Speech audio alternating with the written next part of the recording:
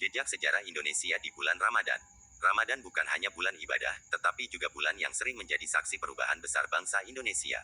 Ramadan di Indonesia bukan sekadar tentang puasa, tarawih, tadarus, dan tradisi ngabuburit. Ramadan adalah bulan yang sejak dulu hadir di tengah perjalanan sejarah bangsa ini. Di bulan ini, rakyat pernah berjuang melawan penjajah. Di bulan ini, rakyat pernah menangis karena bencana. Dan di bulan ini pula, bangsa Indonesia pernah melahirkan kemerdekaannya. Jejak sejarah Indonesia di bulan Ramadan bukanlah cerita biasa. Karena Ramadan selalu menjadi bulan ujian, sekaligus bulan kemenangan. Ramadan tahun 1825, Perang Besar dimulai. Ramadan pada tahun 1825 menjadi salah satu titik awal perlawanan besar rakyat Nusantara. Perang Diponegoro pecah, membakar semangat perlawanan rakyat Jawa terhadap penjajahan Belanda. Di tengah lapar dan haus karena puasa, rakyat juga menahan amarah karena ketidakadilan.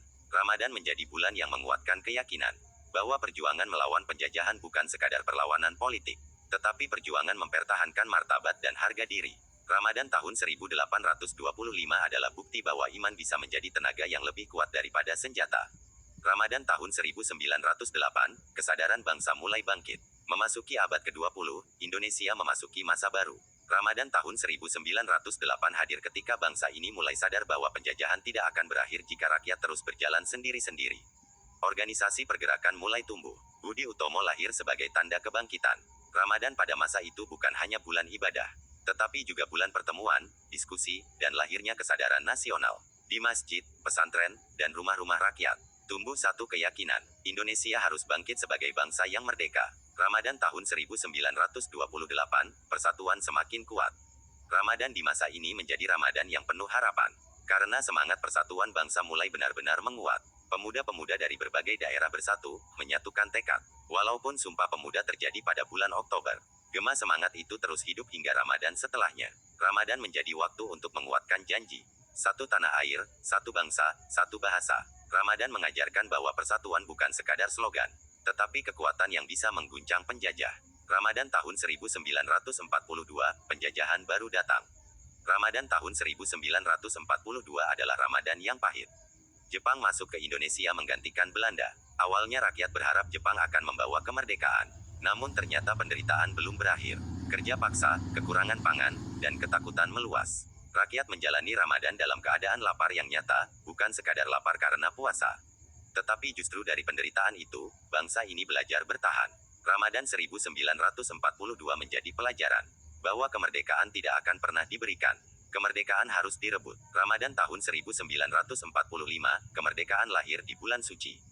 Dan inilah salah satu Ramadan paling bersejarah dalam perjalanan Indonesia. Pada tahun 1945, bangsa ini berada di ambang takdir besar. Jepang mulai melemah, dan para tokoh bangsa mempersiapkan kemerdekaan. Lalu pada tanggal 17 Agustus tahun 1945, teks proklamasi kemerdekaan Indonesia dibacakan. Dan yang jarang disadari banyak orang adalah, tanggal 17 Agustus tahun 1945 bertepatan dengan 9 Ramadan 1364 Hijriah. Artinya, proklamasi kemerdekaan Republik Indonesia lahir di bulan Ramadan. Di bulan ketika umat Islam menahan hawa nafsu, Indonesia justru melepas belenggu penjajahan. Di bulan ketika doa-doa mengalir dari masjid ke masjid, sebuah bangsa baru lahir ke dunia. Ramadan 1945 bukan hanya bulan ibadah, tetapi bulan kelahiran sebuah negara. Ramadan tahun 1946, Republik yang baru belajar berdiri. Ramadan setahun setelah kemerdekaan bukan Ramadan yang tenang. Indonesia masih sangat muda, usianya bahkan belum genap setahun. Belanda datang kembali, ancaman perang kembali muncul. Pemerintah Indonesia harus menata negara dari Yogyakarta yang menjadi ibu kota sementara. Ramadan tahun 1946 menjadi masa menyusun kekuatan, membangun struktur negara, dan memastikan republik ini bukan hanya simbol, tetapi benar-benar hidup dan berjalan. Ramadan tahun 1947, agresi militer dan penderitaan rakyat. Ramadan tahun 1947 menjadi Ramadan yang penuh luka. Belanda melancarkan agresi militer, banyak daerah diserang, rakyat kehilangan rumah dan keluarga. Namun meski langit dipenuhi asap perang, azan tetap berkumandang. Di bulan Ramadan itu, rakyat membuktikan bahwa iman dan perjuangan bisa berjalan bersama. Ramadan mengajarkan bahwa bangsa ini tidak akan runtuh hanya karena kekuatan senjata. Ramadan tahun 1949, senjata dan diplomasi berjalan beriringan. Ramadan tahun 1949 adalah Ramadan penentuan. Perlawanan bersenjata masih berlangsung, tetapi diplomasi internasional juga semakin kuat. Indonesia berjuang di dua medan sekaligus. Di hutan dan gunung lewat perjuangan fisik, dan di meja perundingan lewat perjuangan diplomasi. Ramadan 1949 menjadi simbol bahwa kemerdekaan harus dijaga dengan pengorbanan, bukan hanya dirayakan dengan kata-kata. Ramadan tahun 1950, bangsa mulai membangun masa depan. Setelah pengakuan kedaulatan, Indonesia memasuki babak baru. Ramadan tahun 1950 terasa berbeda. Tidak lagi dipenuhi suara senjata, tetapi dipenuhi harapan pembangunan. Indonesia mulai menata pendidikan, mulai menata ekonomi, mulai membangun pemerintahan yang lebih stabil. Ramadan 1950 menjadi fase peralihan dari negara pejuang menjadi negara pembangun. Ramadan tahun 1965, ketegangan ideologi semakin panas. Memasuki pertengahan 1960-an, Indonesia berada di ambang krisis. Ekonomi memburuk, politik terpecah, ketegangan ideologi semakin tajam. Ramadan tahun 1965 terasa seperti Ramadan sebelum badai besar. Karena hanya beberapa bulan setelahnya, Indonesia diguncang peristiwa yang mengubah arah sejarah bangsa. Ramadan pada masa itu menjadi pengingat bahwa ketika persatuan runtuh, maka bangsa besar pun bisa terguncang.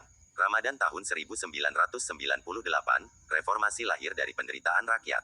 Ramadan tahun 1998 menjadi salah satu Ramadan paling bersejarah setelah kemerdekaan. Indonesia sedang dilanda krisis ekonomi. Harga-harga melambung, rakyat menderita. Di tengah Ramadan itu, suara perubahan semakin kuat. Mahasiswa turun ke jalan, rakyat menuntut keadilan, dan akhirnya, kekuasaan Orde Baru runtuh.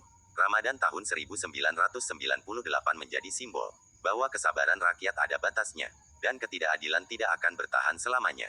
Ramadan di Indonesia hari ini, tradisi yang menyatukan bangsa. Kini Ramadan terus hidup di tengah masyarakat Indonesia. Bukan hanya sebagai ibadah, tetapi juga sebagai budaya persatuan. Dari tarawih, tadarus, zakat, sedekah, buka puasa bersama, hingga sahur keliling. Ramadan membentuk karakter bangsa Indonesia. Ramadan mengajarkan bahwa bangsa ini bisa kuat bukan karena kekayaan, tetapi karena persaudaraan dan gotong royong. Dari masa penjajahan hingga reformasi, Ramadan selalu membawa satu benang merah. Ramadan selalu datang membawa ujian, tetapi juga selalu datang membawa kekuatan. Kadang perjuangannya berupa senjata, kadang berupa diplomasi, kadang berupa suara rakyat, dan yang paling besar adalah kemerdekaan Indonesia sendiri lahir di bulan Ramadan.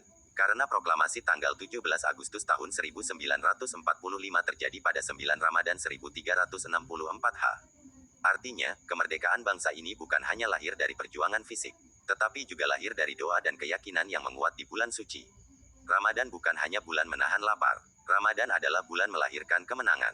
Dan sebelum lanjut ke konten berikutnya, jangan lupa subscribe channel ini, lalu bagikan video ini agar semakin banyak orang tahu betapa besar perjalanan sejarah bangsa kita.